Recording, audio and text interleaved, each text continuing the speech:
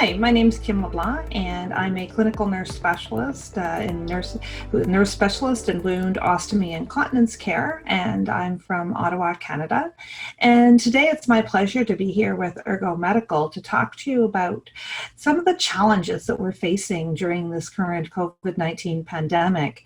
And these challenges range from the issues that healthcare professionals are having related to prolonged use of personal protective equipment, and as well the challenges we're facing with our patients who perhaps develop wounds because of COVID-19 or because of the fact that they can't get the care they need for their pre-existing chronic wounds.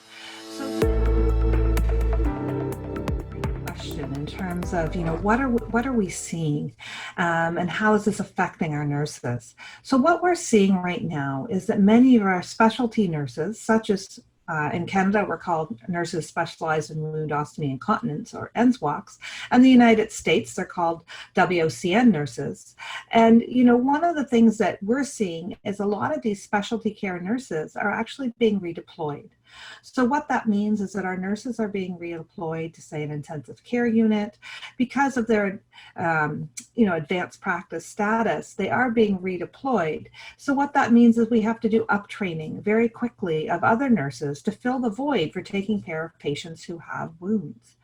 And this redeployment means that we're not getting the necessary resources in place for our patients who do have wounds, and we're seeing issues around the prevention of wounds.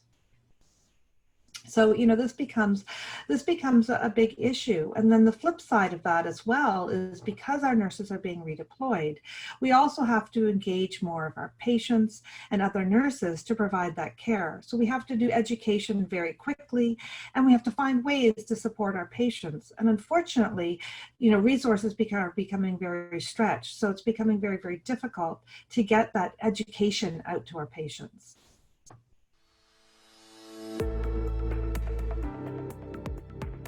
So what I'm finding is my clinic patients, we have an issue where we don't have home care readily available to go into their homes, or perhaps they're too nervous to allow home care to come into their wounds. They're not seeing their physicians. Many of our clinics are closed, and we're doing a lot of our visits remotely.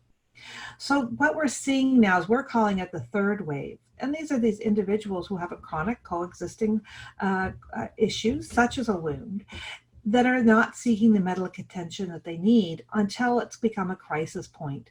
So we're seeing a lot of patients, particularly diabetics, coming into emergency departments with diabetic foot ulcers that perhaps could have been managed and maintained at a much less critical area, now coming in with limb and life-threatening wounds. We're also seeing individuals with multiple pressure injuries who aren't seeking medical attention.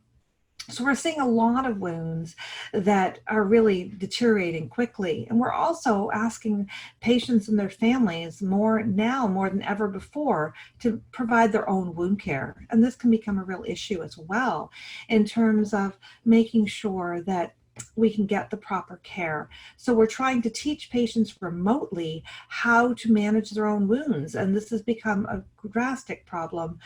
And, I've had patients in tears on the phone because they're just so worried that they're going to do the wrong thing and that their wound is going to worsen.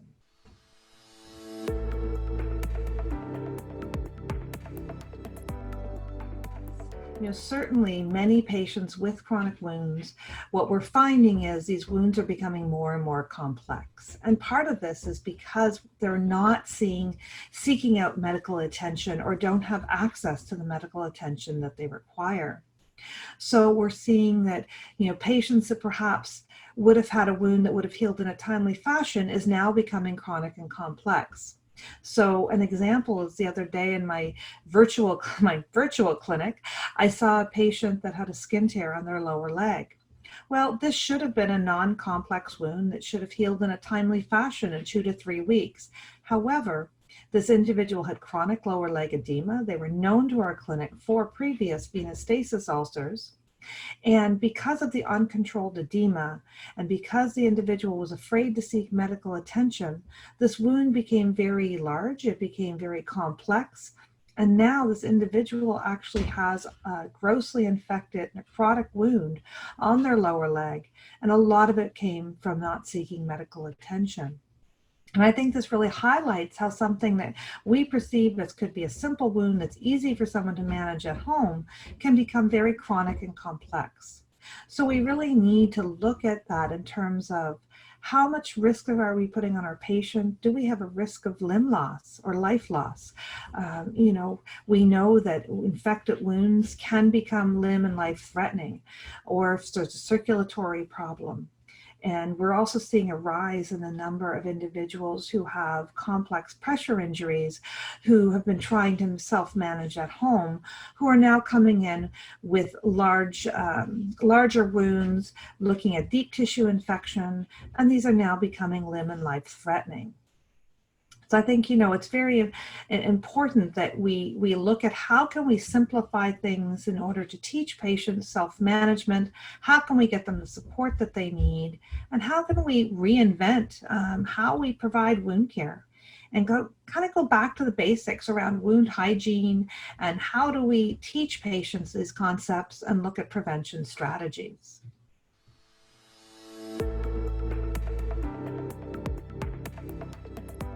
So today what we've really looked at and discussed is some of the issues that we're facing.